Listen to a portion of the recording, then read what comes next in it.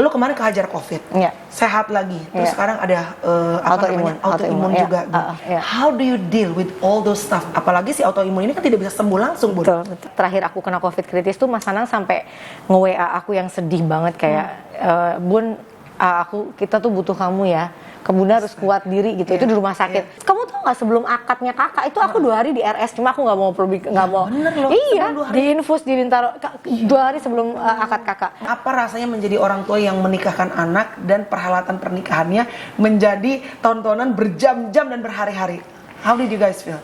Selain bangga lah pasti. Jujur ya bangga pasti, tapi ada geter ininya juga gak sih? Yang bikin sedih tuh adalah banyak momen-momen yang akhirnya jadi ada yang bilang kayaknya it's too much deh gitu. Ada nggak nyampe ke kuping Bunda seperti itu? Terus momen dimana kan itu agak banyak banget netizen yang menyoroti nih Bun. Kayak misalnya akhirnya kan Bunda yang ada di pelaminan, banyak yang bilang, oh, nah ini salah bahasa. Kita was there awkward feeling, sempat ada awkward situation nggak pada saat ada Mimi juga, ada Bunda, ada Pipi gitu ngumpul.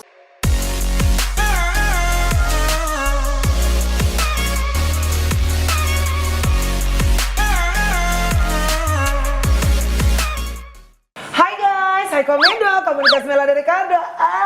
Tidak bisa kelihatan lidahnya. Pakai masker gitu. Pakai masker ya. Kita sudah kembali lagi bersama dengan, sebenarnya gue udah berkali-kali sih ya Bun. Iya ya. Cuma memang selalu ada yang baru dari kita. Selalu ada yang baru. Iya. 1, 2, 3 jawab semuanya. Bunda aja.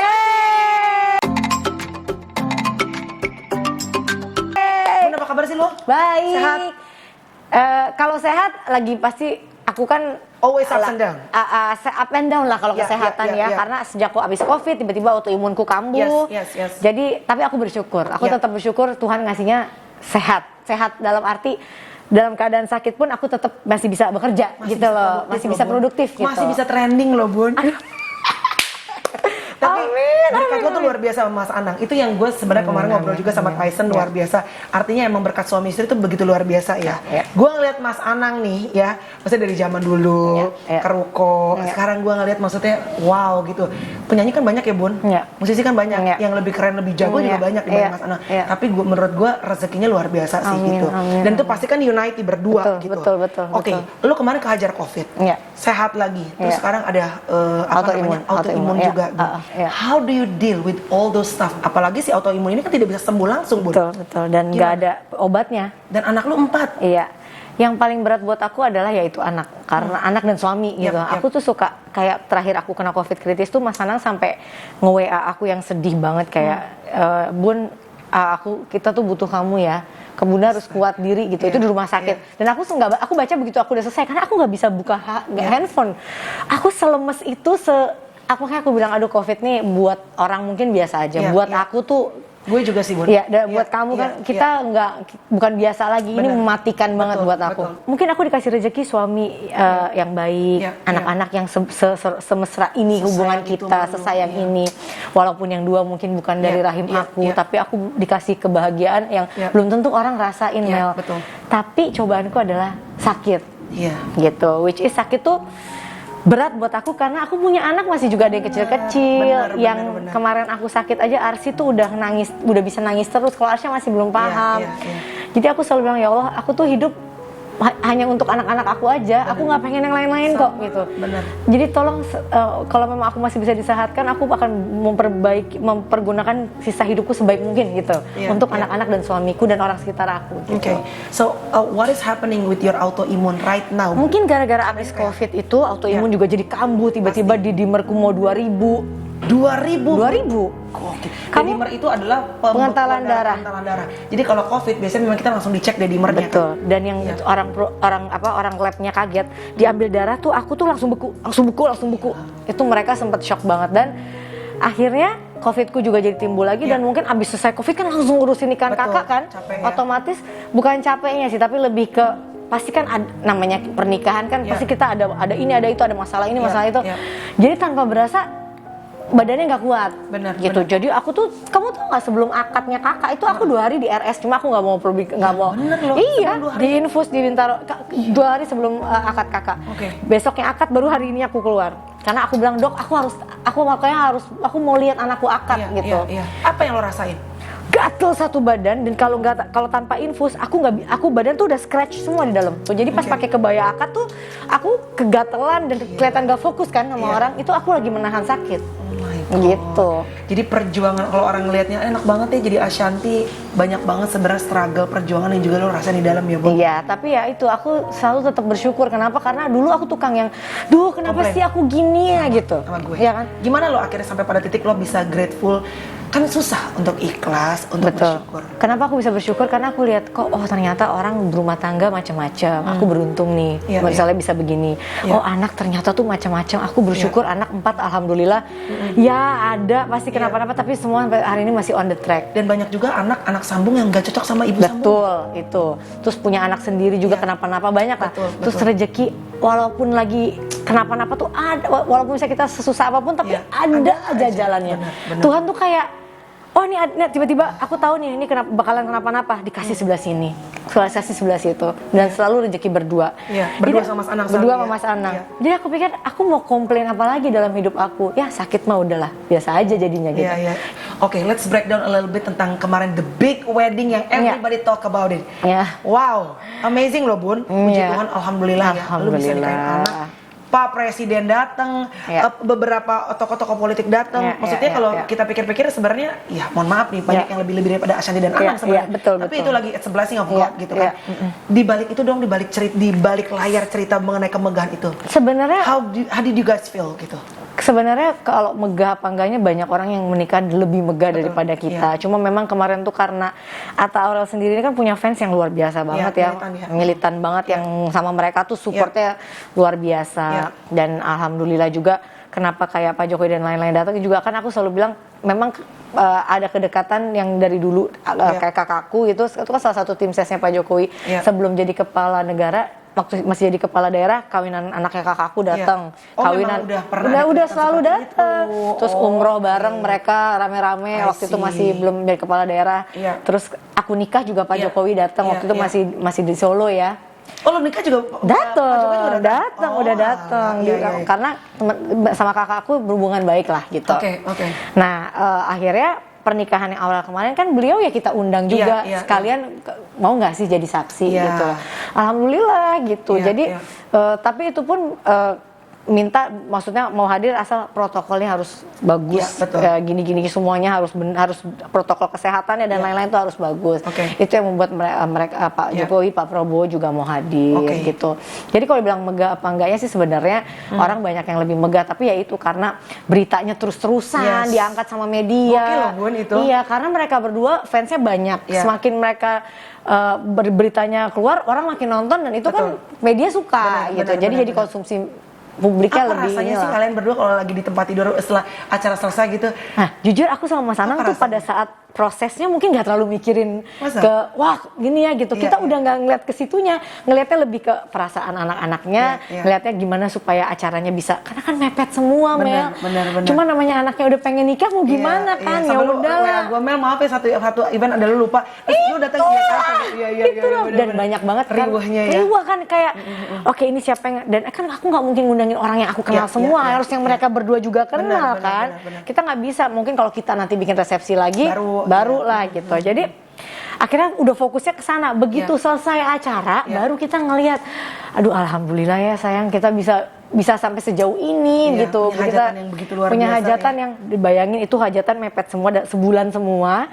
Dan itu aku baru sembuh, kita baru sembuh COVID semua, langsung ngerjain itu. Kakaknya juga gitu kan. Apa rasanya menjadi orang tua yang menikahkan anak dan perhelatan pernikahannya menjadi tontonan berjam-jam dan berhari-hari?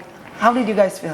Selain bangga nggak pasti? Jujur ya bangga pasti, tapi ada geter ininya juga nggak sih? Yang bikin sedih tuh adalah banyak momen-momen yang akhirnya jadi dipermasalahkan atau apa. Ya karena aku pinginnya tadinya kan lancar sampai hari terakhir gitu ya. Tapi pada saat perjalanan ada aja dibahas baju ini tuh. Jadi aku tuh orang yang sebenarnya jarang banget baca gitu-gituan. Kalau capek ya soalnya kita ya.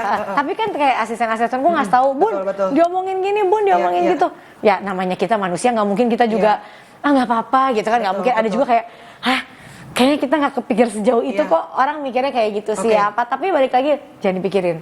Bener, karena stres pasti ada. Maksudnya kayak aduh gitu. Tapi ya udah nggak mau mikirin karena yang nguatin aku tuh Aurel. Bunda Aurel bilang? Ya, Bunda nggak usah mikir, nggak usah baca, nggak usah apa. Udah, pokoknya Bunda nggak usah mikirin yang aneh-aneh, mikirin kita aja gitu, mikirin ke aku dan anak-anak aja gitu. Jadi Bunda tahu apa yang kita buat tuh nggak ada yang mau niat jahat sama orang, niat gimana. Tapi memang semuanya sesingkat itu.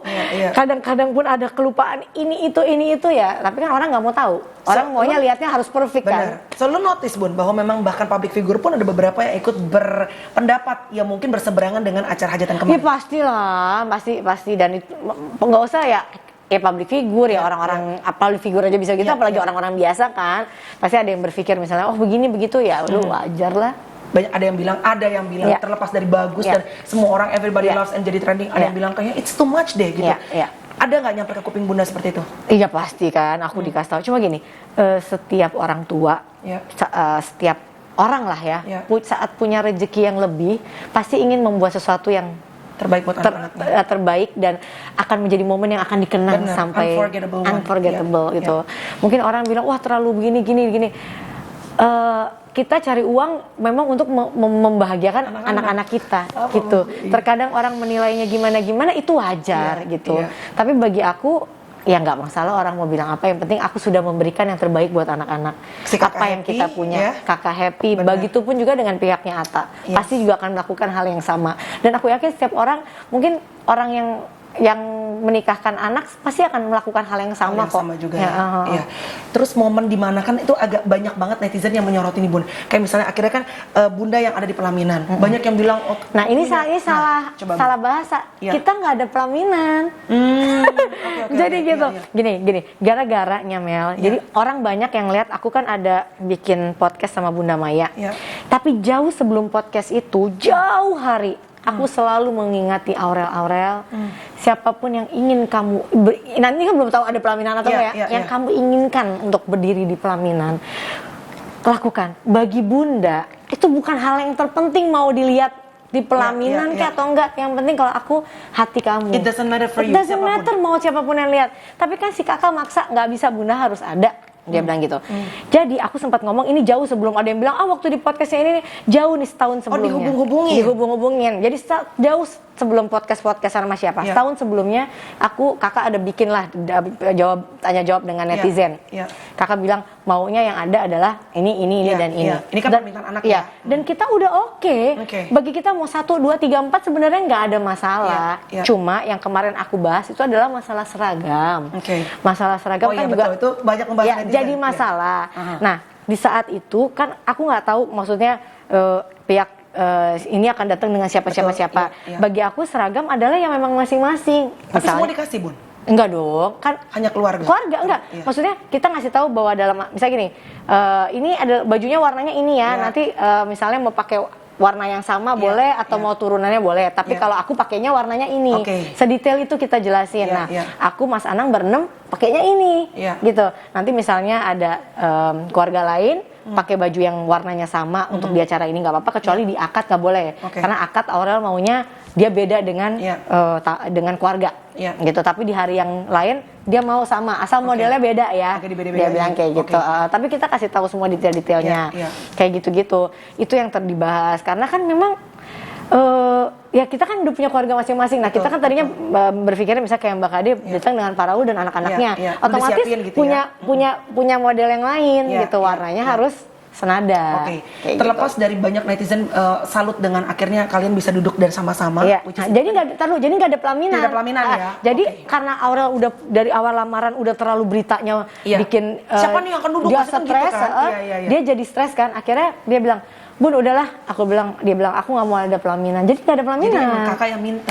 Jadi nggak ada pelaminan. Dan kita juga apapun yang membuat dia nggak stres dan dia nggak kepikiran, kita akan support. Karena kalau kita orang tua nggak bisa Kak, kita harus berdiri di situ apa? Aduh, ngapain sih? Udah bukan, kalau aku lihatnya bukan itu, lihatnya yang penting kakak tahu hatinya kita semua ke dia gimana. Sayangnya ya. Terlepas dari kelihatannya semuanya bisa nyatu dan banyak banget yang muji juga kan, netizen banyak yang kasih support dan juga banyak ya. But was there a awkward feeling? Sempat ada awkward situation nggak pada saat ada Mimi juga, ada Bunda, ada Pipi gitu ngumpul? Karena Mas Anang selalu ngingetin, sayang, kamu nggak bisa nyuruh bakal dia pakai baju gini ya, bakal dia nanti pakai gini ya, bakal dia nggak bisa. Oh, itu Mas Anang yang Mas selalu Anang, kamu tuh harus, dia punya suami loh. Buat aku menjaga hubungan dengan orang lain itu penting. Betul. Aku nggak mau punya musuh, aku nggak mau punya intrik sama orang lain, atau aku nggak mau aku harus terlihat bagus tapi menjatuhkan orang lain. Nggak mau kayak gitu, Mel. Tapi kalau Mas Anang gini, Allah tuh kuat. Cobaan dalam hidup aja dia dari kecil udah kuat. Apalagi cobaan menikah, katanya. Padahal dalam hatiku cobaan menikah itu juga berat.